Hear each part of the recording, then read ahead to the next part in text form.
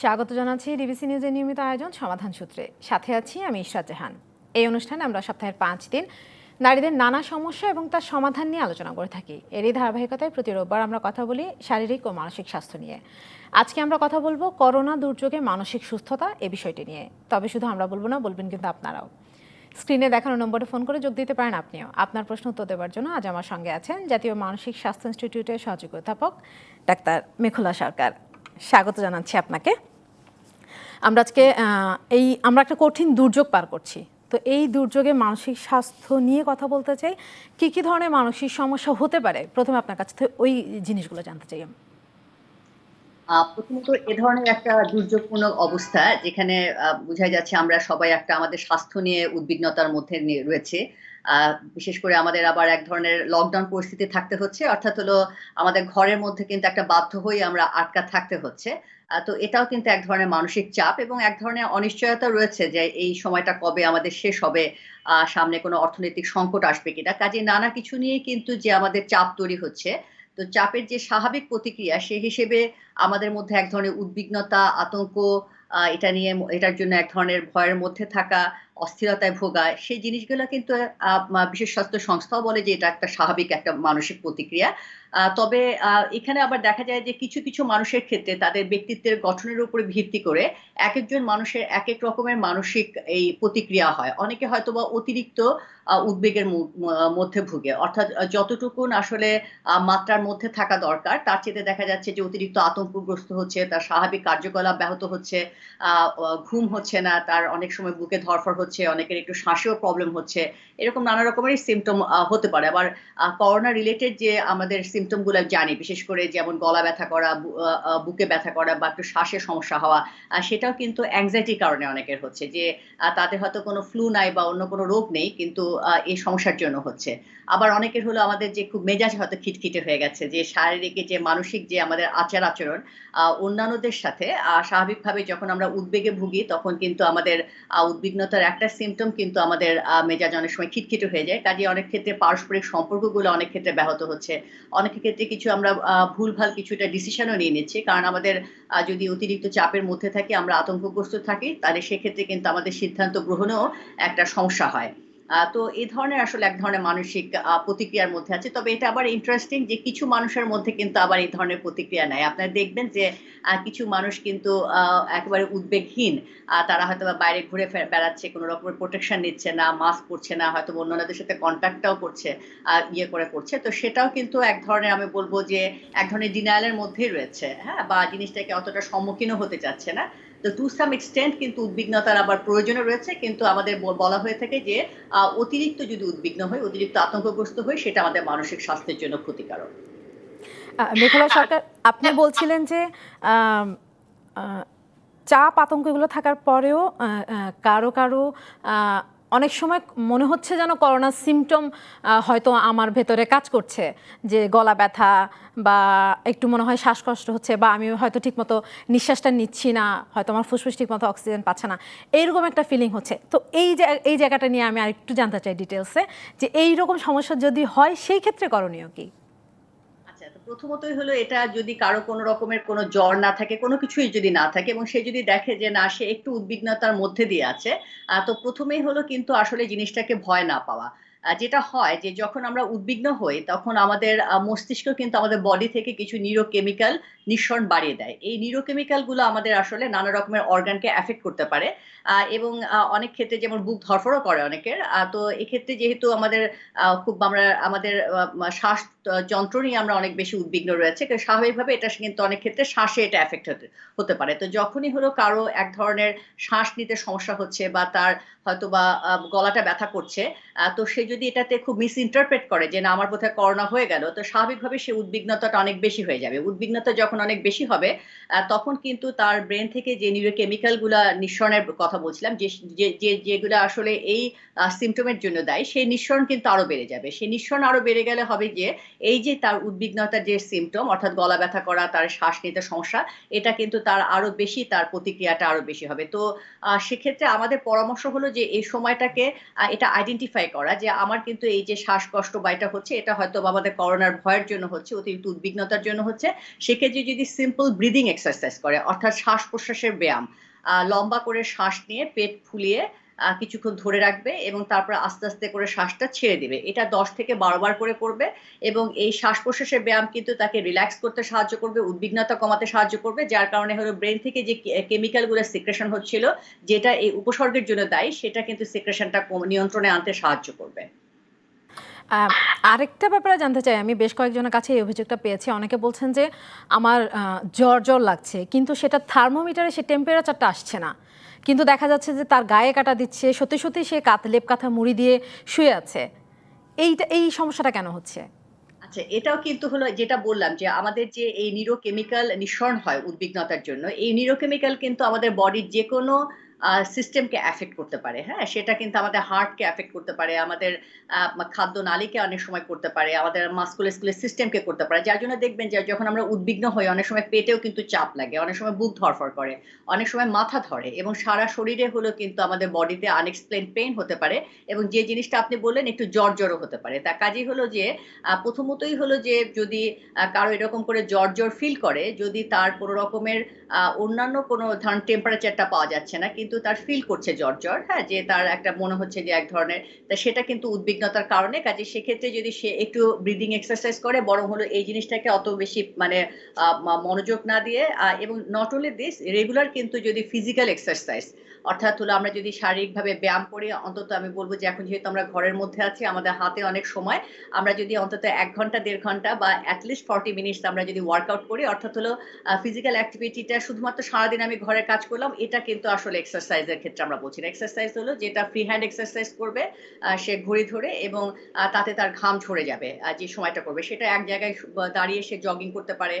মানে আমাদের YouTube দেখেও কিছু হলো ফ্রি হ্যান্ড এক্সারসাইজ করতে পারে। এটাও কিন্তু তার উদ্বিগ্নতা কমানোর জন্য এটা সাহায্য করবে। অর্থাৎ শারীরিক ব্যায়াম আমাদের শুধুমাত্র শারীরিক ফিটনেস তৈরি করতে সাহায্য করে না, আমাদের মানসিক ফিটনেসটাও কিন্তু বৃদ্ধি করতে সাহায্য করে এবং অলরেডি আপনারা কিন্তু জানেন যে যেকোনো ধরনের মানসিক চাপ যদি অতিরিক্ত উদ্বিগ্নতা হয় এবং উদ্বিগ্নতাটা যদি হলো দীর্ঘস্থায়ী এবং ক্রনিক হয়, তাহলে কিন্তু আমাদের কিছু এই নিউরোকেমিক্যালস এর সাথে নিউরো হরমোনও আমাদের সিক্রেশন হয়, যেটা আমরা কর্টিসল বলি এবং দীর্ঘমেয়াদে কর্টিসল কিন্তু সিক্রেশন করলে আমাদের ইমিউন সিস্টেম এফেক্টেড হয়, অর্থাৎ হলো আমাদের যে রোগ প্রতিরোধ ক্ষমতা এফেক্টেড হয়।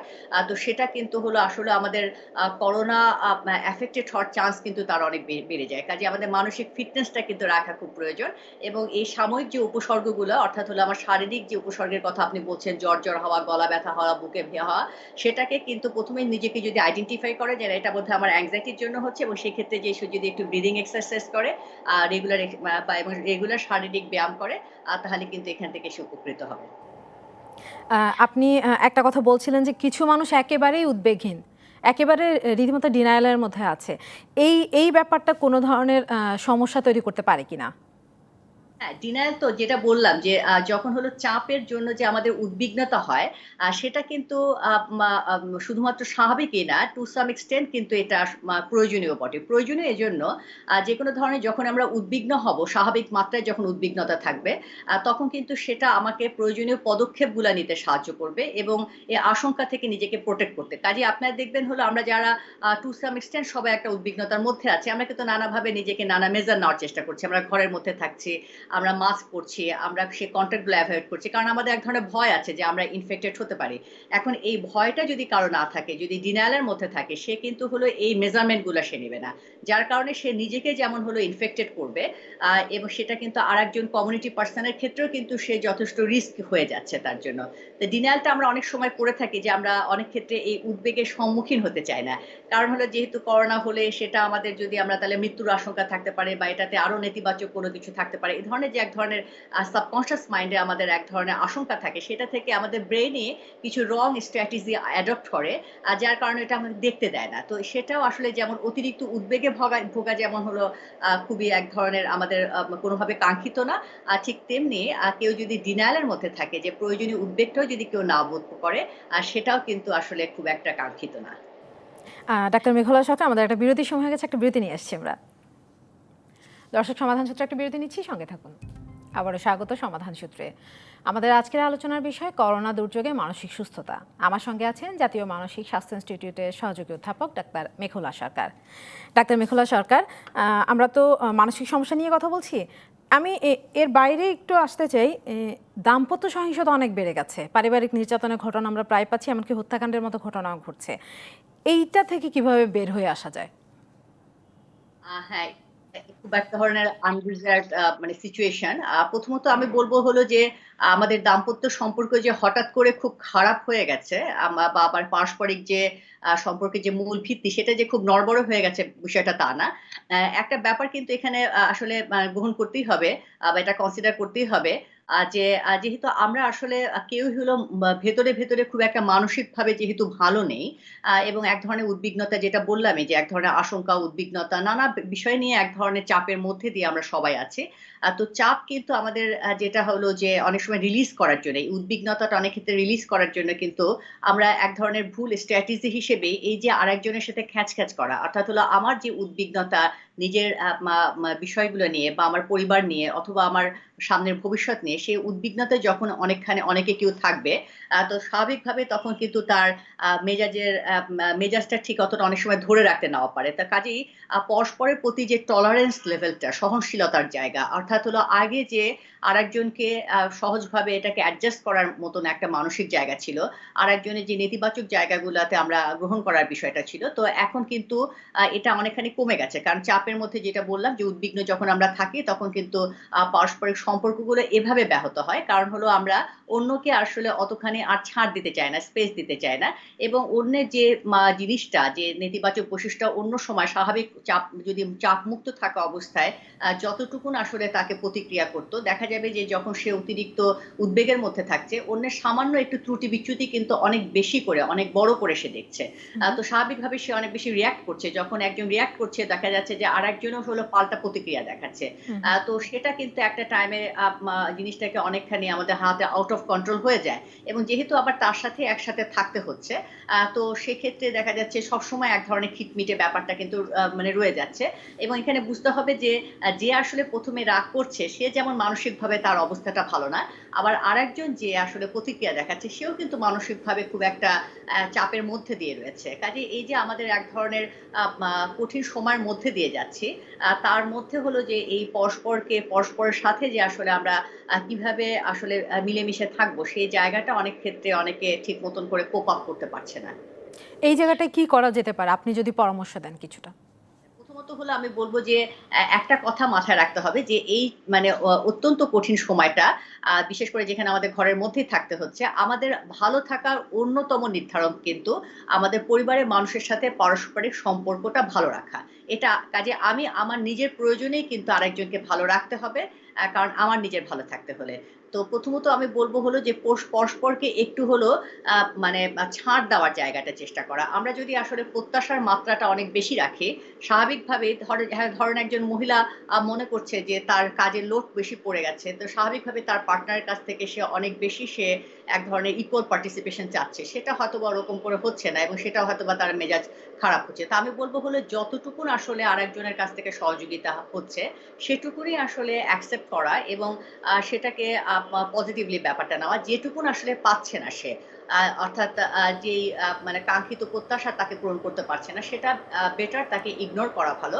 সবচেয়ে ভালো যদি আমরা প্রত্যাশার মাত্রাটাই আমরা কমিয়ে রাখতে পারি। হুম, প্রত্যাশার মাত্রা কমিয়ে রাখলে সেটা আমাদের উদ্বিগ্নতা তৈরি করবে না, আমাদের ফ্রাস্ট্রেশন তৈরি করবে না এবং আমাদের অ্যাগ্রেশন ও হবে না। এটা হলো কিন্তু পরস্পরের ক্ষেত্রে এবং হলো পুরুষ সদস্যদের আমি একটু বলব হলো যে একটু বিবেচনা করা যে এই সময়টা যতটুকুন আসলে সাহায্য করা যায় গৃহকর্ত্রীকে, সেটা যদি অন্তত খাবারের টেবিলের জিনিসগুলা এগিয়ে দেওয়া হয়, জিনিসপত্রগুলা খাওয়ার পরে যদি একটু ধুয়ে দেওয়াতে সাহায্য করা হয়, সেটা কিন্তু বিরাট বড় একটা হেল্প। তো আবার অনেকে কিন্তু যেহেতু ঘরে থাকছে, অনেকে মনেও করছে যে একটু বাড়তি আদর যত্নেরও কিন্তু অনেকে প্রত্যাশা করছে। তো সেটাও কিন্তু আসলে যারা গৃহকর্ত্রী তাদের জন্য একটা বিরাট চাপ হয়ে যাচ্ছে।